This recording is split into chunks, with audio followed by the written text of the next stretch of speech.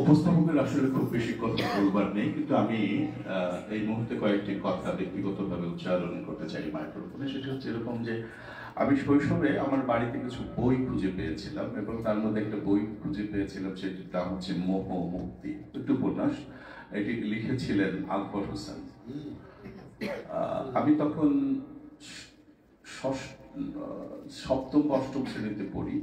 অনেক কিছু আমি বুঝতে পারিনি, কিন্তু বেশ কয়েকবার আমি পড়েছি বইটি। পড়বার পর মনে হচ্ছে যে, এবং তখন তো শৈশবকাল, কেবল কল্পনার বিস্তার হচ্ছে, মনে হচ্ছিল প্রতিটি ঘটনা, প্রতিটি বর্ণ, প্রতিটি উচ্চারণ এটা সত্যি, এরকম সত্যি না হলে এরকম লেখা যায় না।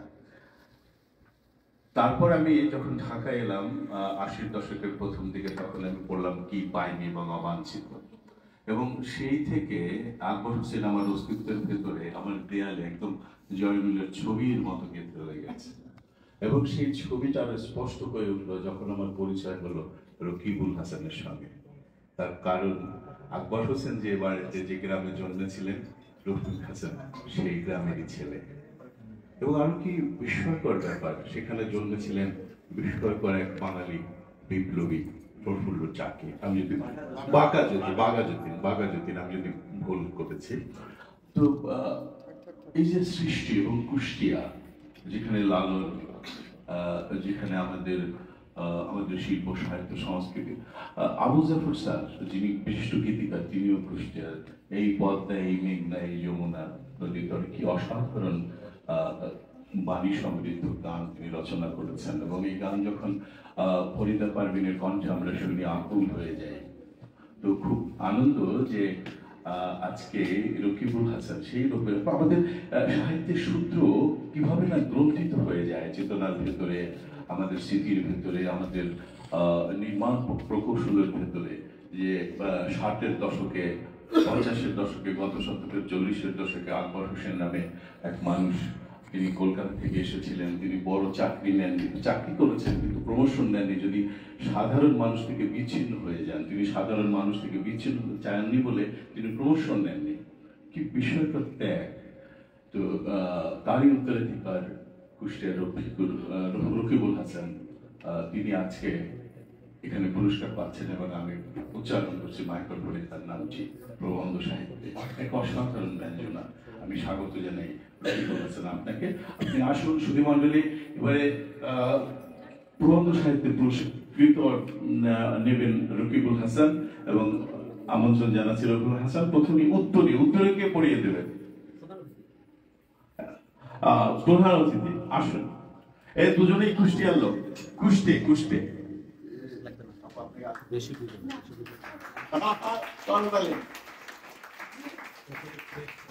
এবার ক্রেস্ট দিচ্ছেন। এই কামাল ভাই ক্রেস্ট দেন।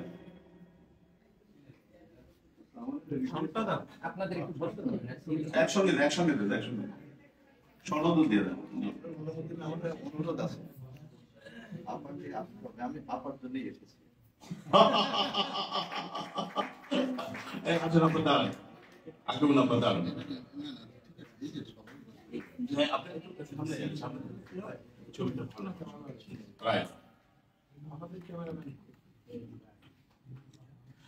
করতালি হবে।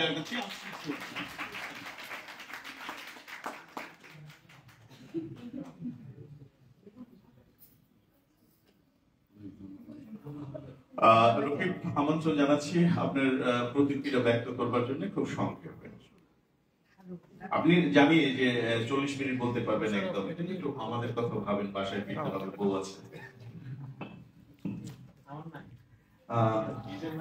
প্রথমে কৃতজ্ঞ জানাচ্ছি আমার মতো অযোগ্য, অপদার্থ, অখ্যাত এক লেখককে মনোনীত করেছেন। তাদের উদারতার প্রতি আমি শ্রদ্ধা সম্মান জানাচ্ছি। আমি বিশেষভাবে কৃতজ্ঞ জানাচ্ছি আমি আমার মাকে, কারণ তিনি আমাকে জীবন দেখিয়েছেন, তিনি আমাকে জীবনের রূঢ় বাস্তবতা দেখিয়েছেন, তিনি শিখিয়েছেন কিভাবে খাঁটি মানুষ হতে হয়, তিনি শিখিয়েছেন গ্রামের সাধারণ মানুষের জীবন থেকে কিভাবে লেখালেখি করতে হয়, সবুজ দিগন্ত থেকে শিখিয়েছেন স্বপ্ন। আমার মায়ের প্রতি অশেষ অশেষ সম্মান, শ্রদ্ধা, কৃতজ্ঞতা। অবশ্যই কৃতজ্ঞতা জানাই আমার সহধর্মিনী, যিনি এখনো ফেসবুকে আমাকে দেখলে বলেন, এগুলো না করে একটু লিখলে কি হয়, একটু লিখলে তো ভালো হয়। তো এই যে আমার এলোমেলো লেখালেখিগুলো উনি সংগ্রহ করে রাখেন, প্রেরণা দেন, তো ওই মানুষটি না থাকলে হয়তো রকিবুল হাসান এখানে জানাতে পারতো না। তার প্রতি কৃতজ্ঞতা। আমার সন্তানের কথা তো বলতেই হবে। তার অসম্ভব রকম সময় বঞ্চিত করে আমি আমাকে স্বার্থপরের মতো তৈরি করি। তার কাছে ক্ষমা এবং ভালোবাসা। আর আক্তার হোসেন ভাইয়ের প্রতি আমার জেলাস আছে একটু। আমি কবি হতে চাইছিলাম, হয়নি। এই পুরস্কারটা যদি এখন পরিবর্তন করা যেত, ভাইয়ের সঙ্গে আমি চেঞ্জ করে নিতাম, সেটাও হলো না। কারণ আমি যখন কবিতা লিখতাম তখন ভেবেছিলাম কবি হব, কিন্তু এমএ পড়ার সময় ভাবলাম এটি সম্ভব না। তো কিভাবে কবি হওয়া যায়? তখন ভাবলাম বিয়ে তো একদিন করবই, বাচ্চাও হবে, ছেলে হোক মেয়ে হোক, তার নাম রাখবো কাব্য। আমার ঘরে কবিতা থাকতেই হবে। আমার একটি মেয়ে হয়েছে, তার নাম কাব্য, অতএব আমি কবি। লেখালেখির পিছনে তো বিশেষ গুরুত্ব অবদান আছে আমার শিক্ষকদের। আমি নাম উল্লেখ করেই বলতে চাই, কবি Omar Ali sir, professor Abul Hasan Chowdhury, Abu Jafar sir, যার নাম মনে হয় বললেন, অনিক মাহমুদ স্যার, এরকম অসংখ্য অসংখ্য অসংখ্য শিক্ষক আছেন যাদের স্নেহ, মমতা, ভালোবাসায় আমার লেখক হয়ে একটু একটু লেখক হয়ে ওঠা। আমি যদি এইসব শিক্ষকের সান্নিধ্য না পেতাম, স্নেহ না পেতাম, হয়তো লেখালেখি হতো না। আমার সেই পরম শ্রদ্ধাভাজন শিক্ষকদের আমি গভীর শ্রদ্ধার সঙ্গে স্মরণ করছি। এখানে গতকাল নুরুল হককে বলেছি, আপনার পুরস্কার আনতে যাবো ঠিকই, কিন্তু তার থেকে বেশি করে যাব আকিমুর রহমান আপাকে দেখতে, তার পাশে বসতে। অতএব আজকের পুরস্কারের থেকে অনেক বেশি পুরস্কার আমার।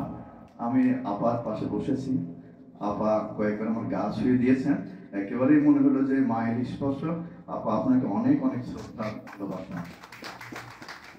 আর এটি আরো বেশি গুরুত্বপূর্ণ আপা, আমি মাতৃহীন এক ছেলে, মাকে হারিয়েছে ছোটবেলা, তো সে কারণে আপনার স্পর্শ আরো বেশি গভীর আমার কাছে, শ্রদ্ধা। একটা কথা বলাই দরকার, সেটি হলো পুরস্কারটি তখনই গুরুত্বপূর্ণ হয়ে ওঠে, পুরস্কার না, পুরস্কারটা নিচ্ছি কার কাছ থেকে। যখন আমাদের একেবারে উঠতি যৌবনে একজন রফিকুর রশিদ একেবারে তারকার মতো জল জল করছেন আমাদের কুষ্টিয়া, মেহেরপুর, ঢাকাতে, তার কাছে কোনো লেখা চাইছি, সঙ্গে সঙ্গে লেখা পেয়েছি। তিনি আমাদেরকে ছোট বলে কখনো উপেক্ষা করেননি, দূরে সরিয়ে দেননি। সেই সব লেখার বিনিময়ে টাকা তো দিইনি, বরং জ্বালাতন করেছি। হয়তো সেই কপিটাও পাঠায়নি সৌজন্য সংখ্যা, কিন্তু লেখা পেয়েছি, তার স্নেহ পেয়েছি, ভালোবাসা পেয়েছি। মাহমুদ কামাল ভাই তো স্বপ্নের মতো।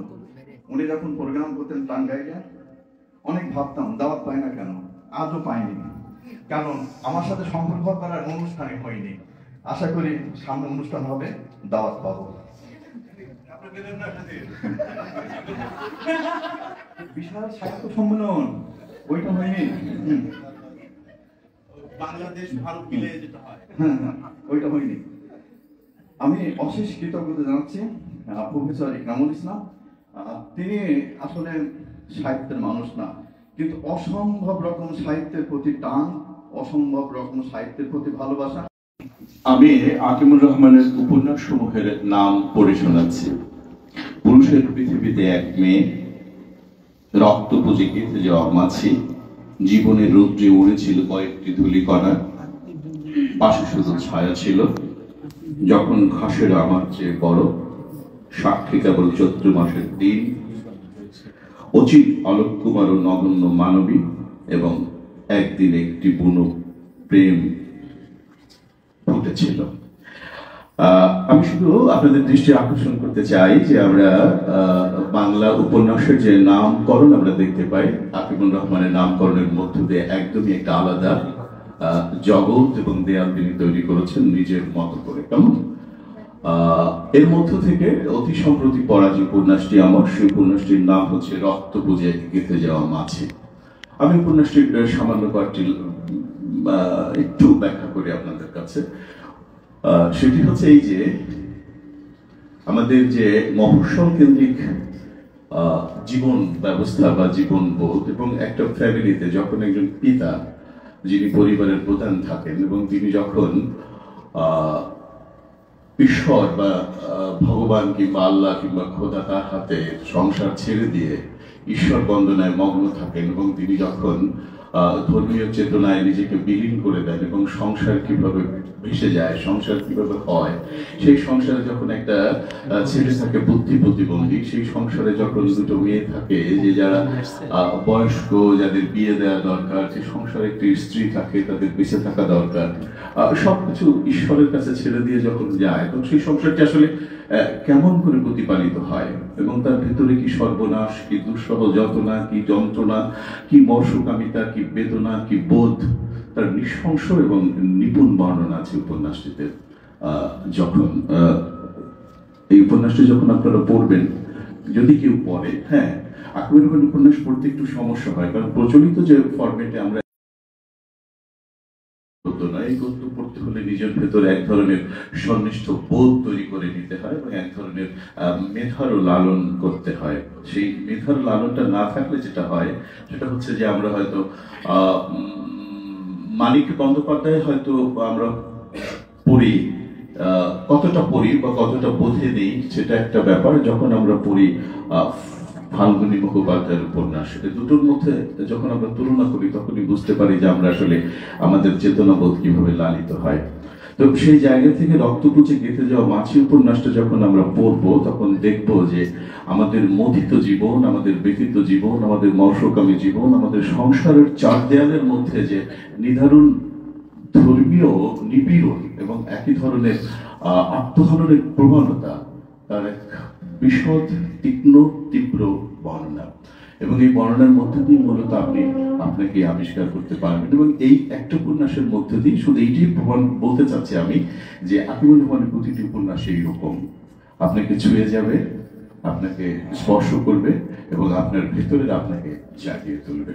আমন্ত্রণ জানাচ্ছি আকিবুর রহমান আপনাকে এই উপন্যাস কথা সাহিত্যের জন্য পুরস্কার গ্রহণ করবার জন্য।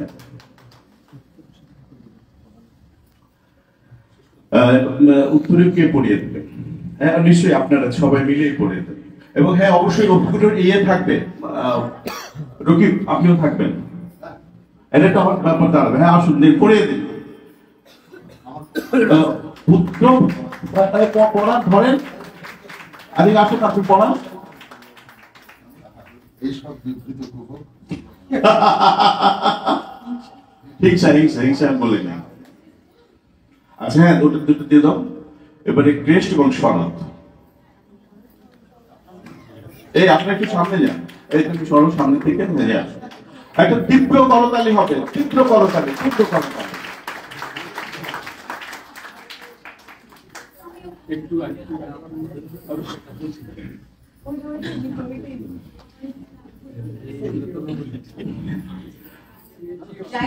হ্যাঁ, আসুন, ওই ক্রেস্টগুলো রাখুন, টেবিলের উপর রাখুন, এবং যদি একটু অনুগ্রহ করে দুটি কথা মাইক্রোফোনে বলেন, আমরা কৃতার্থ হই।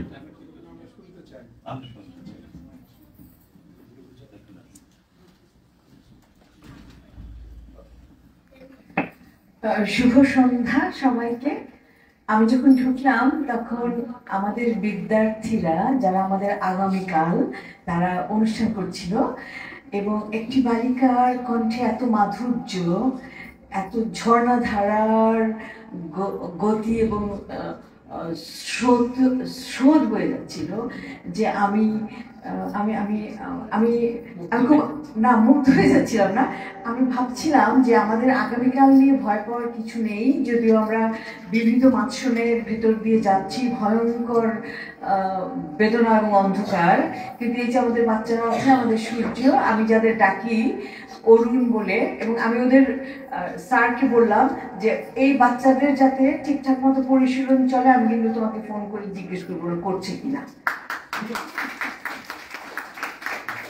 তো তো যেহেতু আগামীকাল আমরা তো বর্তমান, আর আমাদের আগামীকাল হচ্ছে আমাদের এই বাচ্চাগুলো, তো এবং তারা এরকম সব চমৎকার অভিভাবক পেয়েছে যে ওদেরও আসলে ভয় পাওয়ার কিছু নেই। কারণ আমাদের আগলে রাখার জন্য যদি যথার্থ রকমের গুরুজন বা গুণীজন না থাকে তাহলে আমরা ভেসেই যাব। আদর্শ লাগে তো বেঁচে থাকার জন্য, যদিও এটা খুব পুরনো কথা বা মনে হবে ক্লিশে, কিন্তু সামনে যদি কোনো একটা আদর্শ না থাকে, কোনো গন্তব্য না থাকে, যে ওই এভারেস্টের শৃঙ্গটি হচ্ছে আমার লক্ষ্য, তাহলে আমি এভারেস্ট পর্যন্ত না পৌঁছই, কাছাকাছি করে একটা সামিটে তো পৌঁছতে পারবোই।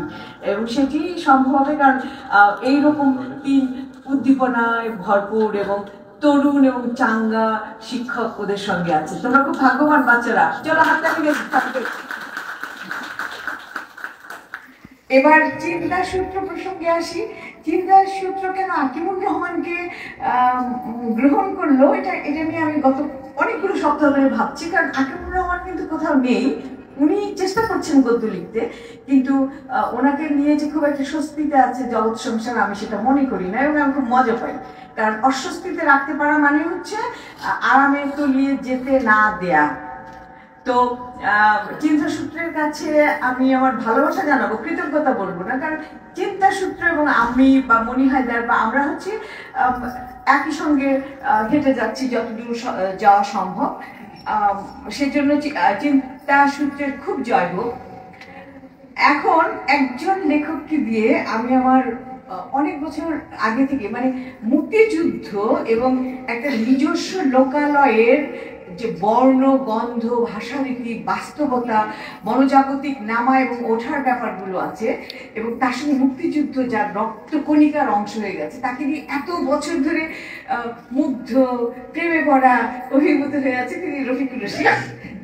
এবং তার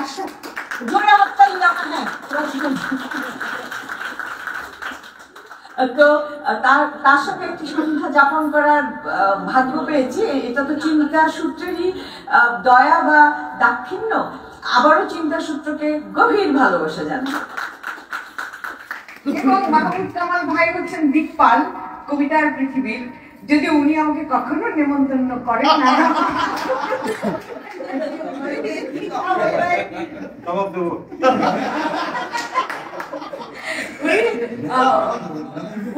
উনি যদিও আমাকে নেমন্তন্ন করেন না, একবারে ফেসবুক ভেসে যাওয়া ছবিতে আমার ভগিনীগণের এবং ভ্রাতাগণের ছবিতে, কিন্তু আমার কোনোদিন দাওয়াত হয় না। আমি আচ্ছা বুঝাবো, একবার পাইয়া লই, আজকে পাইছি সেজন্য আজকে সেটা করলাম। যাই হোক, আশা করি কোনো একদিন তিনি এই অভাজনের মুখের দিকে তাকাবেন এবং নেমন্তন্ন করবেন, আর আমি গিয়ে পা ছড়িয়ে চমচম খেয়ে আসতে পারবো। আর আমাদের কি করতে হবে? আমাদের না পড়তে হবে। যেমন রফিকুর রশিদকে পড়তে হবে, মাহমুদ কামালকে পড়তে হবে, মনি হায়দারকে পড়তে হবে, চিন্তা সূত্রের যিনি প্রধান মোহাম্মদ নুরুল হক, ওর কতগুলো বই বেরিয়েছে, এই বইগুলো পড়ে উঠতে হবে। আর আমার এই দিকপাল প্রাবন্ধিক রাকিব ফ্যান্টাস্টিক, ওর গদ্য। আমি আজকে সারা সন্ধ্যাকে বলেছি যে এই আমি খালি প্রবন্ধই পড়বো, তোর ইসে কই গল্প কই, তোর উপন্যাস। ও আমাকে কাভার দেখিয়েছে এবং আমি বলছি হ্যাঁ আমি তো পড়ি না, আমি তো শুনি না এইগুলোর কথা। এটা আমাদের সকলেরই এক রকমের সীমাবদ্ধতা থেকে সবকিছুর খোঁজ রাখি না, সেজন্য আসলে লজ্জিতই হওয়া উচিত আমাদের। তো আমরা কিন্তু যেটা জরুরি আমাদের জন্য সেটা হচ্ছে আমরা কিন্তু পড়বো। হ্যাঁ, পড়াটা আবার ফিরিয়ে আনতে হবে জাতির রক্তের ভেতরে। আমরা শুনি, আমরা দেখি, আমরা নৌ ভ্রমণে যাই, খুব হল্লা করে আসি, কিন্তু আমরা পড়ি না। আমরা পড়বো না, পড়বো তো। এবং ফেব্রুয়ারি বইমেলায় আমরা একটা করে হলো বই কিনবো, তাই তো? আর আমার ভীষণ মোহগ্রস্ত, স্বপ্নগ্রস্ত, অবাস্তব, মধ্য নিশীথের নিদ্রা নিমগ্ন অবস্থা। আমি বিশ্বাস করতে পারছি না যে এত আলো, এত আয়োজন, এত ভবিষ্যৎকাল এবং এত উজ্জ্বল প্রাণের সামনে আমি এসে দাঁড়িয়েছি, এবং আমি এতগুলি কথা বলে ফেলতে পেরেছি, কারণ আমি মাইক্রোফোনকে খুব ভয় পাই। আবারও সবাইকে ভালোবাসা জানাই এবং যারা যারা আমরা পুরস্কার পেয়েছি তাদের সবাইকে ভীষণ রকমের অভিনন্দন জানাই। অনেক ধন্যবাদ।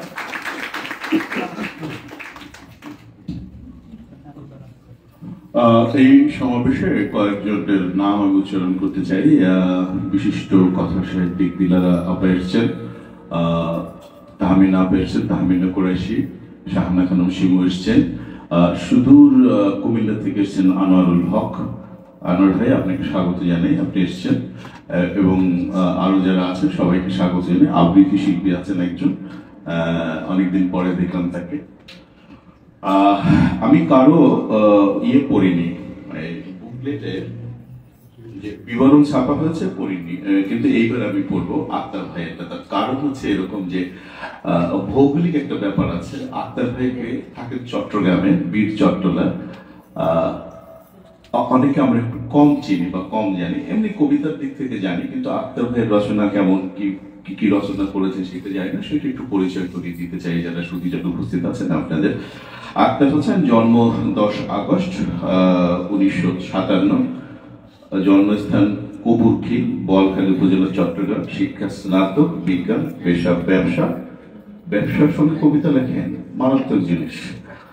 সম্পাদনা করছেন কবিতা বিষয়ক ছোট কাগজ পঙ্ক্তিমালা। ছাত্র জীবন থেকে লেখালেখির সূচনা। প্রথম লেখা প্রকাশিত হয় দৈনিক আজাদীর আমাদের আসরে 1977 সালে, আগামীদের আসরে 1977 সালে। 1984 সাল পর্যন্ত তিনি বিভিন্ন পত্র পত্রিকায় কবিতা ছড়া লিখেছেন মোহাম্মদ আক্তার হোসেন নামে। যুক্ত ছিলেন তৎকালীন ছোট কাগজ হৃদয়ের সঙ্গে। 84 থেকে 95 পর্যন্ত লেখালেখি থেকে স্বেচ্ছা নির্বাচনে ছিলেন। 96 সাল থেকে আবার কবিতার জগতে ফিরে এসেছেন, এখন পর্যন্ত লিখে চলেছেন নিরবচ্ছিন্ন ভাবে।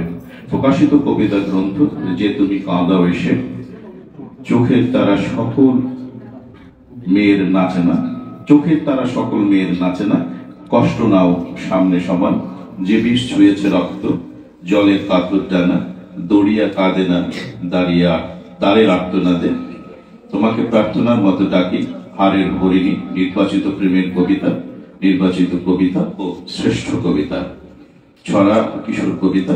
মেঘ তোমাকে দিলাম ছুটি, মেঘের ছানা ইষ্টি নয়, এমন নদী পেতাম যদি, মেঘের কি পারিনি, ইহানের জন্য ছড়া। সম্পাদনা কবিতা সংকলন নিসর্গের প্রতিবেশী, পঙ্ক্তিমালা তো আগেই বলেছি। এই হচ্ছে আমাদের আক্তার হোসেন। আমার সত্যি খুব ভালো লাগছে, পত্র পত্রিকায় আক্তার ভাইয়ের কবিতা পড়ি। দুই একবার হঠাৎ ঢাকার বইমেলায় দেখা হয়েছে, দুই একবার বাংলা একাডেমিতেও দেখা হয়েছে, কিন্তু ঠিক আলাপ আমাদের জমে ওঠেনি। তো তবু আজকে এই আনন্দঘন সন্ধ্যায় আপনি এসেছেন শুধু চট্টগ্রাম থেকে, আপনাকে স্বাগত জানাই এবং এখন পুরস্কার গ্রহণ করবার পালা। আপনি যদি আসেন তাহলে আমরা আপনাকে পুরস্কৃত করতে পারি, এবং অবশ্যই উত্তরীয়। মামুন ভাই কই? অসম্ভব গেছে, ঠিক আছে, আপনারা তিনজন মিলে, হ্যাঁ আসুন।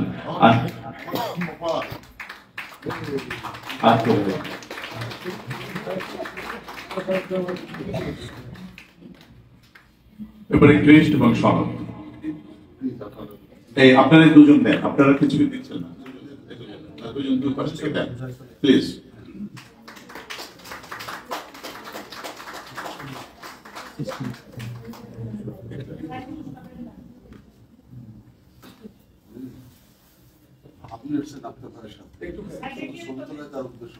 ভাবি একটু আসবেন পাশে, দাঁড়ান না, একটু দেখি কত সুন্দর লাগে দুজনকে, কবিতার মতো কিনা? কবিতার মতোই। ও আচ্ছা, এটা একটা প্রমাণ, দাঁড়ানোর পরেই বুঝবো যে কতটা কবিতা হয়ে উঠলো।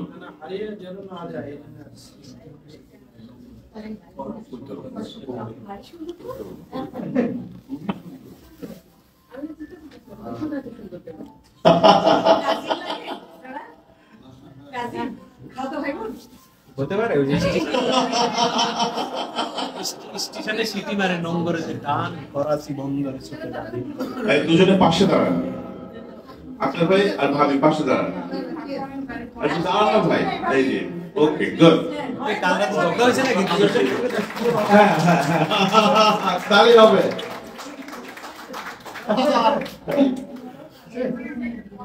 আগে তীব্র তালি, করতালি হবে, দাঁড়ো। এই নাইলে উঠো, উঠো আসো। স্যার আর বসে দেখি স্যার দারুণ। আসলে সাহিত্যই আমাদের এরকম অসাধারণ মুহূর্ত উপহার দিতে পারে। ওকে, অনেক ধন্যবাদ আকার ভাই, আপনাকে আমন্ত্রণ জানাচ্ছি কয়েকটি কথা বলবার জন্য।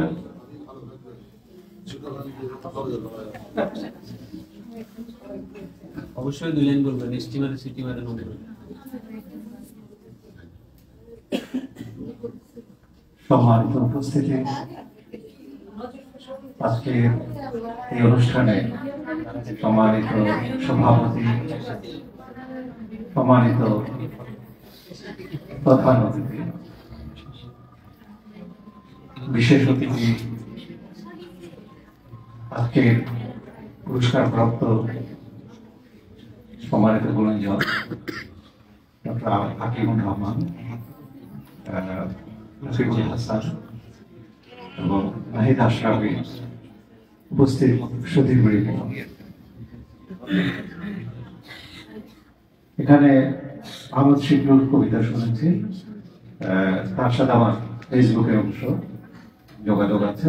আর চমৎকার উপস্থাপক, যিনি টেলিভিশনে তার বাচন ভঙ্গি, সুন্দর উপস্থাপনা এবং জ্ঞানগর্ভ আলোচনার জন্য আমাদের কাছে খুবই প্রিয় মনি হায়দার কথা শিল্পী। তো আজকে যারা আছেন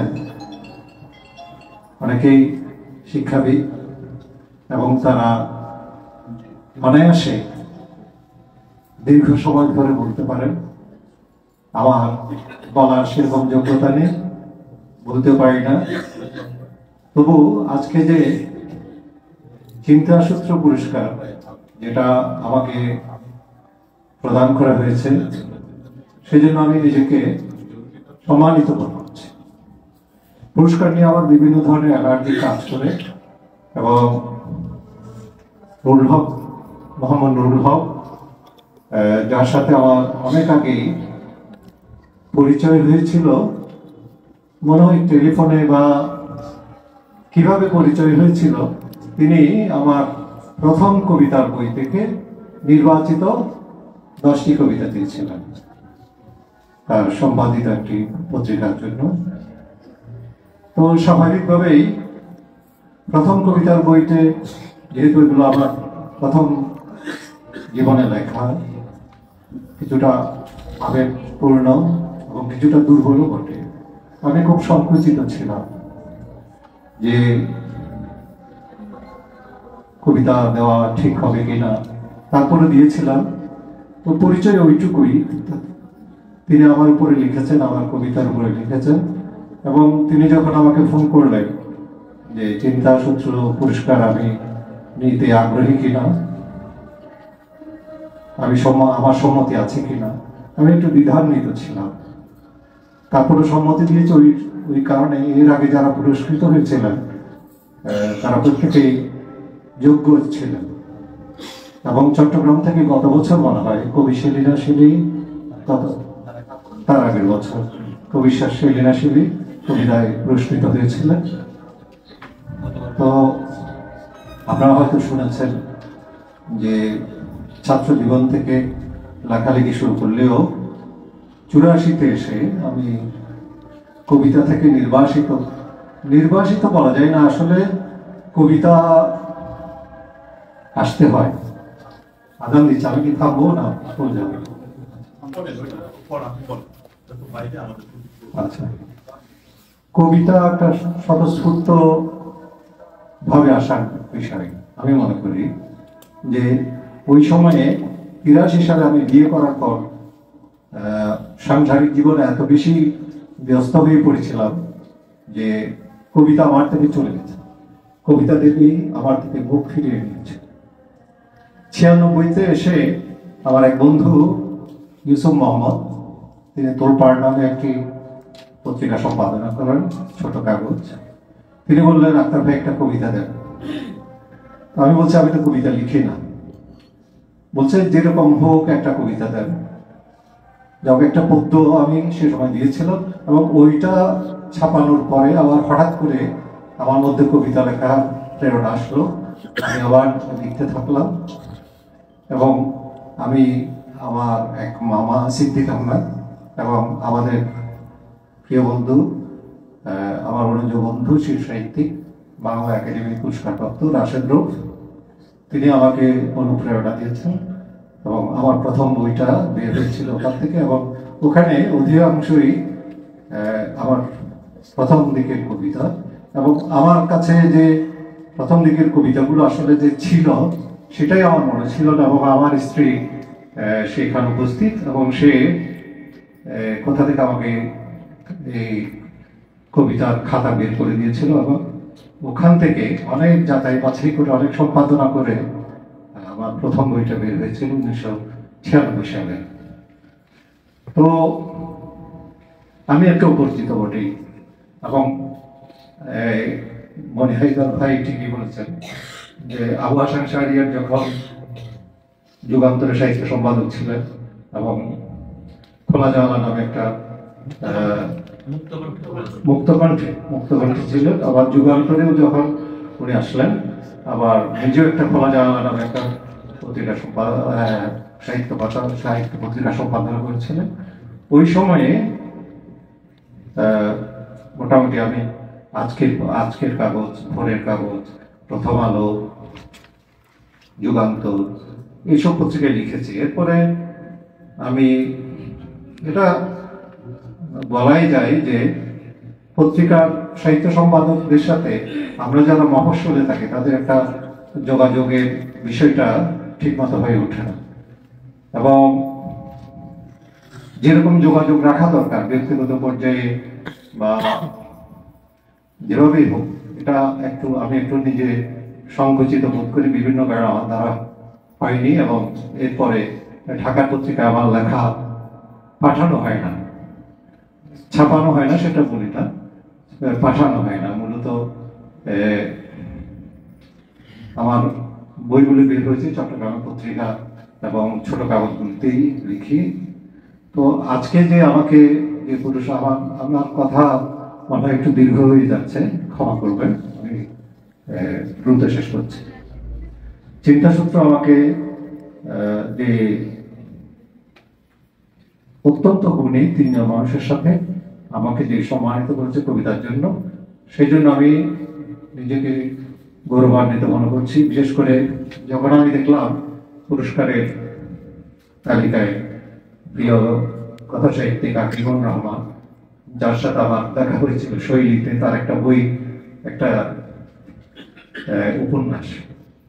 উপন্যাস না, হ্যাঁ, শৈলী থেকে বের হয়েছিল, তখন উনি ওটার কাজে যখন চট্টগ্রাম গিয়েছিলেন তখন ওনার সাথে আমার পরিচয় হয়েছিল।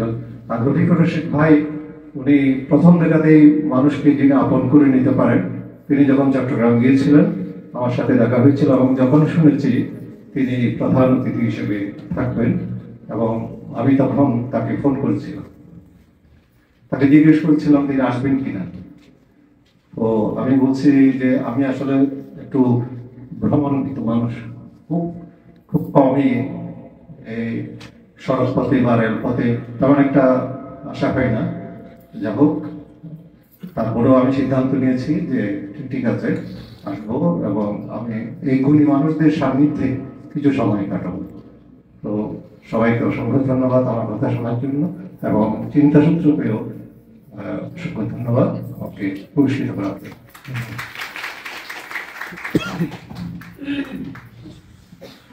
সুধীজন, আমাদের যে সাহিত্য, আমরা যে সাহিত্য করি পাঠকের কাছে পৌঁছায়, মূল বিষয় হচ্ছে পত্রিকা। এখন তো আগের মতো পত্রিকা নেই, আর মফস্বলে এক সময় যে নানা রকমের শিল্প সাহিত্যের পত্রিকা বেরোত, সেই পত্রিকাগুলো বেরোয় না, তবু কেউ কেউ করে। যেমন টাঙ্গাইলের এই সাহিত্য কণ্ঠ পত্রিকাটা করেন আমাদের আজাদ ভাই, তার পুরো নাম হচ্ছে আজাদ কামাল, তিনিও এসেছেন এই অনুষ্ঠানে, তাকে স্বাগত জানাই। আজাদ ভাইয়ের জন্য একটা করতালি চাই আপনাদের সকলের কাছ থেকে। এইবারের যে পুরস্কার নেবে তার সঙ্গে আমার একটা ঝামেলা আছে, সেটা আপনাদের সঙ্গে আগে কমপ্লিট করে নি।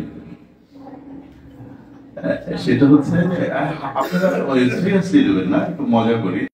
বাংলাদেশে একটা রাষ্ট্র আছে, রাষ্ট্রটার নাম বরিশাল।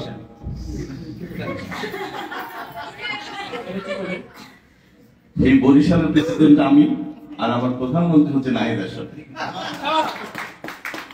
আমরা যেখানে যাই আমরা এইভাবে আমাদের পরিচয় তুলে ধরি। আর উনি আমাকে দেখলে বলতে মাননীয় প্রেসিডেন্ট, আমি বলি আরে প্রধানমন্ত্রী তোমার দেখা নাই, কোনো রাজ্য তো চলে না। এই হচ্ছে ব্যাপার। তো আমি নাহিদা সম্পর্কে বিষয়ে আপনারা সকলেই জানেন, অত্যন্ত সনিষ্ঠ, অত্যন্ত নিবিড় শিল্প সাধনায় মগ্ন একজন মানুষ, এবং একই সঙ্গে সকল প্রতিকূলতাকে কিভাবে অতিক্রম করে সামনে এগিয়ে যেতে হয়, এই মর্ষকামী পুরুষ সমাজে তার একটা প্রতীক হয়ে উঠতে পারে ঢাকা শহরে আমাদের নাহিদ আশরাফে। হ্যাঁ, সেটা অবশ্যই লড়াকু, অবশ্যই লড়াকু। তো নাহিদ আশরাফে তোমাকে আমন্ত্রণ জানাচ্ছি তোমার পুরস্কার গ্রহণ করবার জন্য। অতিথিরা অপেক্ষা করছে, প্রথমেই উত্তর দিও। আচ্ছা, করতালি হবে, তীব্র করতালি।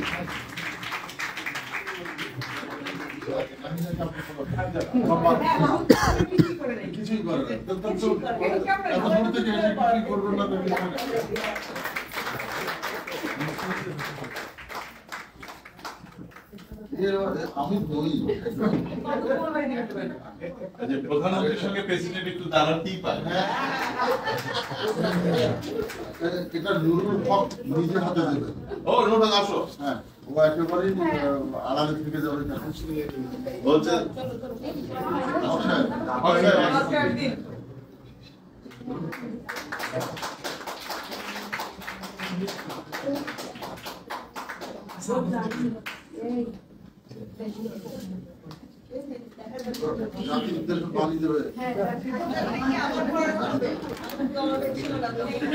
এবার প্রধানমন্ত্রী বাণী দেবেন সরাসরি নাহিদ আশরাফ। শুভ সন্ধ্যা। আমি অনেকক্ষণ ধরে আশায় আছি যে যখন পুরস্কার শুরু হবে, এই সম্মাননা প্রদান শুরু হবে, সবার আগে আমাকে ডাকবে, কারণ যে কজনের সাথে আজকে আমি সম্মানিত হচ্ছি, পুরস্কৃত হচ্ছি, আমি তাদের মধ্যে সবার জুনিয়র, এবং সেজন্য ভেবেছি যে জুনিয়র থেকে আস্তে আস্তে প্রধানতম যিনি তার কাছে যাবেন। কিন্তু দেখলাম আমি বেশ আটঘাট থেকে বসলাম যে আমার নামটা বলবে, দেখি আমার নাম বলে না। মানে এটা মনি হায়দারের যে ষড়যন্ত্র, এটা আমি বুঝে গেছি। হ্যাঁ, আর যাই হোক, প্রতিবার যখন পুরস্কার পাই বা সম্মানিত হই, দুটো জিনিস ভাগ্যে জোটে, একটা হচ্ছে গলাগলি আর একটা হচ্ছে গালাগালি। তো দুটোকে আমি সাদরে বরণ করে নিই। যারা গলাগলি করেন তারা জানি আমার আত্মার জন, তারা আসবেনই, তারা থাকবেনই পাশে। তারা আমার ঘরের লোকের মতো, ভাই বোনের সাথে যেমন করে ঝগড়া করি, মান অভিমান করি, রাগ করি, দুঃখ প্রকাশ করি, ভালোবাসাও বেঁধে নেই, ঠিক তেমন করে সাথে কিছু গালাগালি জোটে। এই গালাগালিগুলো যেদিন থেকে পুরস্কার ঘোষণা শুরু হয় সেদিন থেকে পুরস্কার পাওয়া অবধি চলে। এটা আমি ভীষণভাবে, এবং প্রতিটা জিনিস আমি লিখে দিই, কারণ এরা হচ্ছেন আমার কাছে সবচেয়ে কাছের মানুষ, যারা বিবিধ উপায়ে আমার সমালোচনা করেন। আমার না, এটা আমাদের প্রত্যেকের। আমি বলছি, এটা কিন্তু আমার কথা বলছি না, যারা আমরা আসলে সাহিত্য চর্চা করি তাদের প্রত্যেকের ভাগ্যটাই এমন। কাজে এটাকে আমি খুব ভীষণভাবে নত মস্তকে গ্রহণ করি, এই কারণে গ্রহণ করি এখান থেকে শেখার কিছু আছে, এবং সেই মানুষগুলোর জন্য দুঃখ বোধ হয়, আহার এদের বোধ হয় কোনো কাজ নাই, অথচ আমার হাতে কত কাজ। তো যাই হোক, যে কথা বলছিলাম, সম্ভবত তখন আমি ক্লাস 9-এ পড়ি। ক্লাস 9-এ পড়া অবস্থায় আমি তখন পড়ছিলাম মাদারীপুর ডনোভান স্কুলে। ডনোভান খুব বিখ্যাত স্কুল। 50 বছর পূর্তি উপলক্ষে স্মরণিকা বেরোবে, ছাত্রছাত্রীদের মতামত নিচ্ছে। কিছু না বুঝে এই ধুমধুমা করে আমি আমার প্রধান শিক্ষকের সামনে বেশ কিছু মতামত দিয়ে ফেললাম। তো প্রধান শিক্ষক কিছুক্ষণ আমার দিক তাকিয়ে থেকে বললেন, যা যা বললি সেগুলো করতে পারবি? মহাবিপদে পড়ে গেলাম, বলা তো সহজ। তো কেমন করে যেন দায়িত্বটা নিয়ে ফেললাম, এবং দায়িত্ব নেওয়ার পর যেটা হলো, দায়িত্ব নিয়ে দায়িত্ব সেরে আমি তো চলে এসেছি, কারণ তখনও আমার আসলে পত্রিকা সম্পাদনা বা এই জাতীয় কাজের প্রতি কোনো ধারণাই নেই। আমাকে যা যা করতে বলা হয়েছে করেছি। সে 50 বছরের ইতিহাসে প্রথমবারের মতো স্মরণিকাতে একটি মেয়ের নাম গেল সহকারী সম্পাদক হিসেবে, মেয়েটি আমি। তো অদ্ভুতভাবে মাথার মধ্যে যখন পত্রিকাটা হাতে নিয়ে, অত ভারী মোটা একটা পত্রিকার মধ্যে নাহিদা আশরাফি নামটা দেখে আমার ভিতরে একটা অদ্ভুত বোধ জন্ম নিল, তার মানে আমি তো কিছু বোধহয় পারি। কাজী আজকে যখন এই প্রাপ্তিগুলো, প্রতিটা প্রাপ্তিতে আমি আসলে স্মরণ করি আমার শিক্ষক মহোদয়, আমার বাবা মা, আমার আশেপাশের যারা মানুষ, যারা প্রতিদিন প্রতিনিয়ত আমাকে এগিয়ে নিয়ে যায়। আমার সন্তানদের কথা কি বলবো, খুব অল্প বয়সে ওরা আমাকে সন্তান হিসাবে দত্তক নিয়ে নিয়েছে, যার জন্য সুবিধা হয়েছে যে আমি ওদের সন্তান হয়ে গেছি, আমি যা খুশি তাই করে বেড়াই, ওরাই আমাকে খেয়াল করে, আমাকে খেয়াল করতে হয় না। আর আমার মনে হয় আমাদের সাহিত্য জগতে যারা সাহিত্য চর্চা করে তাদের প্রত্যেকের মধ্যে এই ব্যাপারটা। একটু অনুষ্ঠানের শুরুর কথা বলি।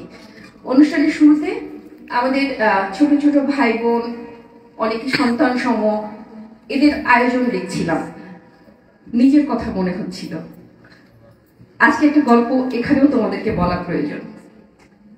বিশ্ববিদ্যালয়ে অনুষ্ঠান হচ্ছে, যিনি গান গাইবেন গায়ক অনুপস্থিত, তো জোর করে আমাকে উঠিয়ে দেওয়া হলো। উঠিয়ে দিয়ে বললাম যে আমি একটি পল্লী গীতি গাইবো, মানে মনের সুখে গেয়ে গেলাম, সুর তাল লয় কোনো কিছু চিন্তা করলাম না, কারণ আমার তখন মাথার মধ্যে চিন্তা এই অনুষ্ঠানটাকে টেনে নিতে হবে।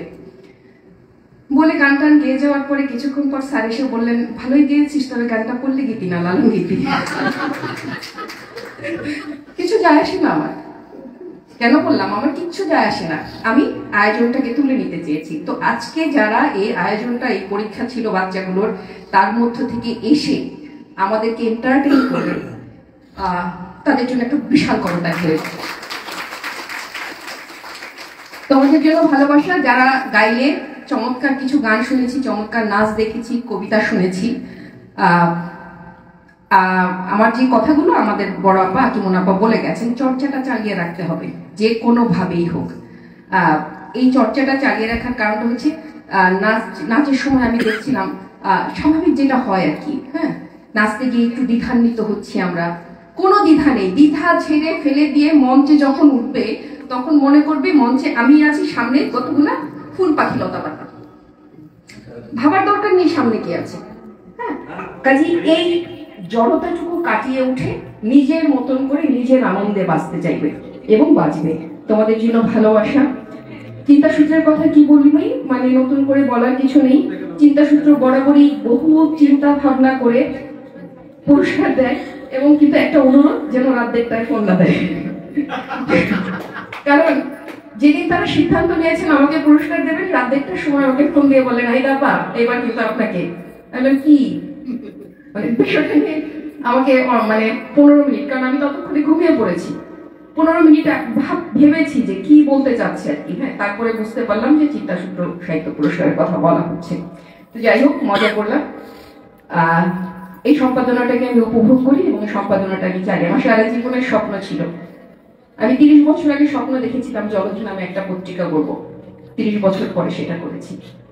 এবং এভাবে যে স্বপ্নগুলো আছে, আমি জানি না সেটা থাকবে কি থাকবে না, কিছু যায় আসে না, আমি আমার স্বপ্ন পূরণ করে দিতে চাই। আপনাদের সবার ভালোবাসা, চিন্তাসূত্রকে ধন্যবাদ। যারা ছিলেন মঞ্চে আমাদের সাথে, আকিমুন আপা, রফিকুল রশিদ ভাই, মাহমুদ কামাল ভাই, আক্তার হোসেন ভাই, রাকিব ভাই, আমি সম্মানিত বোধ করছি যে এই রকম মানুষদের সাথে আমি সম্মানিত হচ্ছি। আপনাদের জন্য সবার জন্য ভালোবাসা।